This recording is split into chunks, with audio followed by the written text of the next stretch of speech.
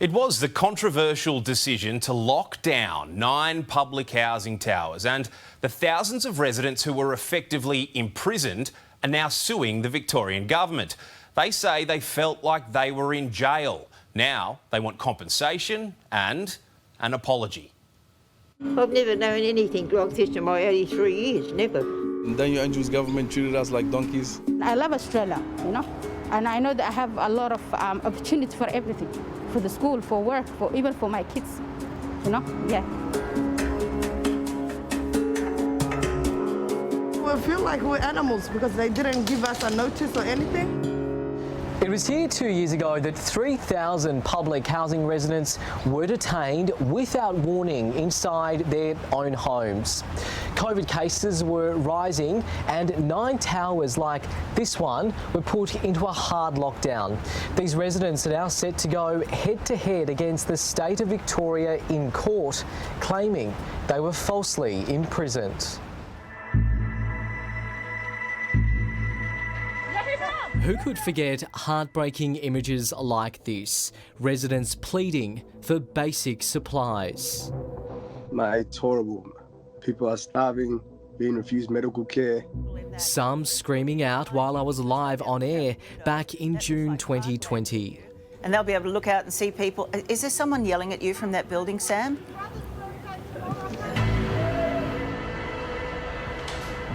So this is where you were all living? Yes. How many people?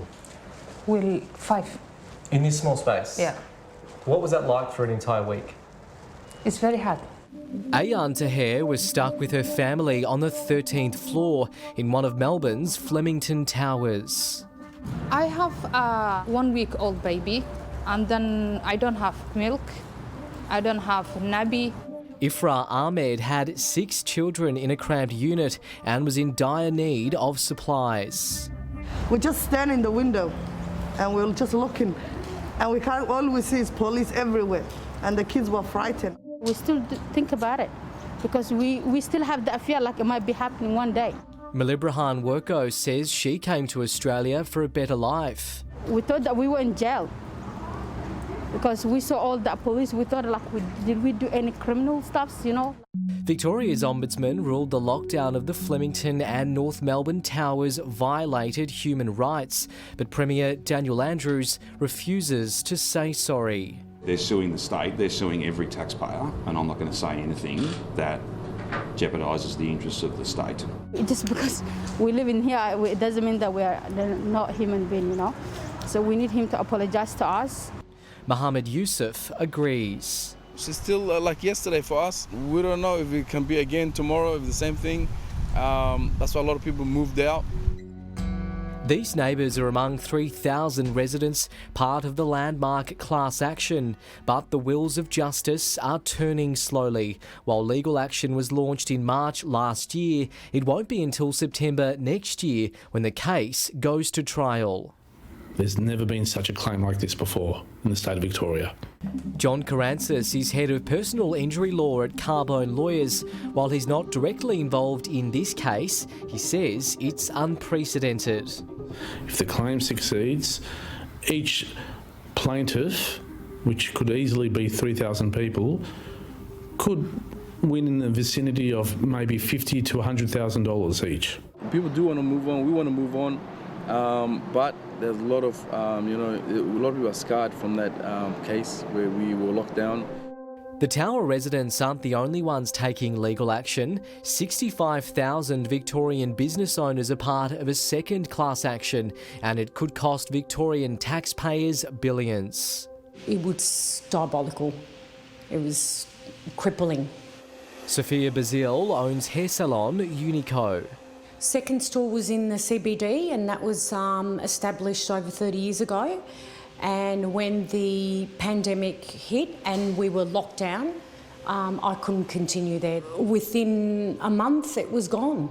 This is their only avenue to call upon those who caused you harm to make good and compensate you for that. Damien Scatini from Quinn Emanuel is leading the class action, already on board restaurant owner Caterina Bossato.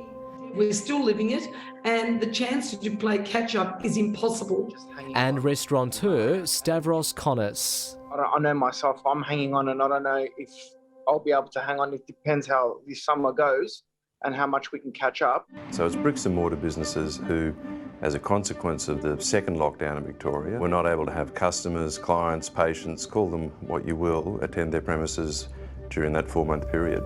Victoria's second lockdown lasted 112 days, caused by the botched hotel quarantine program that let the virus escape.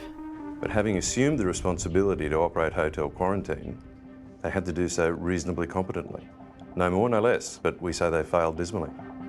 Damien says the Victorian government has repeatedly tried to have the case thrown out. I haven't actually sat down and calculated the losses I have had. I kind of really, it's hard at the moment to do that because you get very angry and it's very sad. It shouldn't really be that hard for Dan Andrews to say sorry.